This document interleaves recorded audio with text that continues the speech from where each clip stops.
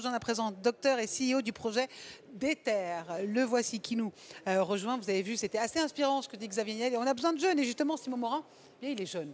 Alors voyons voir son recul en entrepreneuriat. Il est jeune, c'est ce que vient de dire Xavier Niel. Il nous explique qu'il faut des jeunes qui parlent aux entrepreneurs. Donc je pense que c'est tout à fait, ce qu'il vous faut, non? Exactement. Comment on se lance dans l'entrepreneuriat?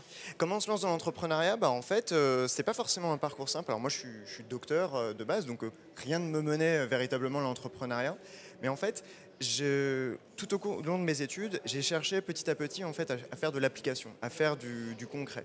Parce que je me suis rendu compte que la recherche fondamentale, c'était pas forcément pour moi. Et donc moi, j'avais bien envie de faire quelque chose qui vraiment faisait une différence. Et donc c'est vraiment ce que j'ai cherché à faire. Et donc mon parcours dans l'entrepreneuriat, il a commencé effectivement par le concours iGEM. C'est un concours de biologie de synthèse où vraiment on demande à des étudiants de monter en place des projets de A à Z.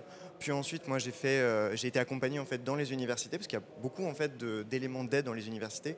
Déjà à travers le D2E qui est un diplôme étudiant entrepreneur qui va aider et former des gens comme moi à avoir des compétences de base en entrepreneuriat.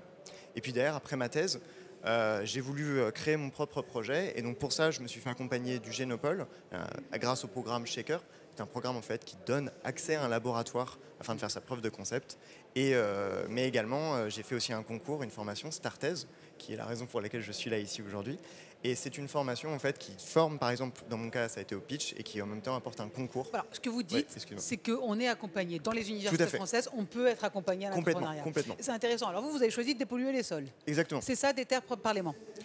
D'Ether, c'est exactement ça. D'Ether, c'est dépolluer les sols. L'idée, c'est qu'à l'heure actuelle, on a, comme on dit en France, une problématique de pollution qui est vraiment pervasive, qui est dans tous les éléments.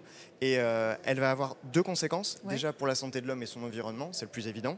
Mais d'un autre côté, ça va aussi créer un problème, car ces terres, elles sont en attente de dépollution.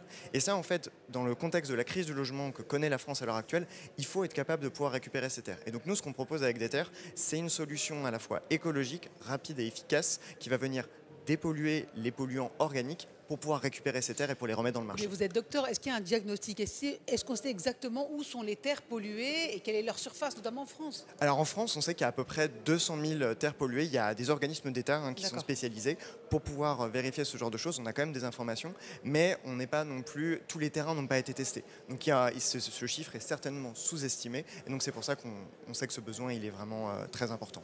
Très bien, merci. En tout cas, c'est assez intéressant de voir ça, de voir comment on peut passer de la recherche à l'entrepreneuriat et qu'il y a un véritablement potentiel. Bravo, merci beaucoup. Merci Simon Morin, à suivre donc le projet d'Ether. Merci beaucoup et bon big numéro 10.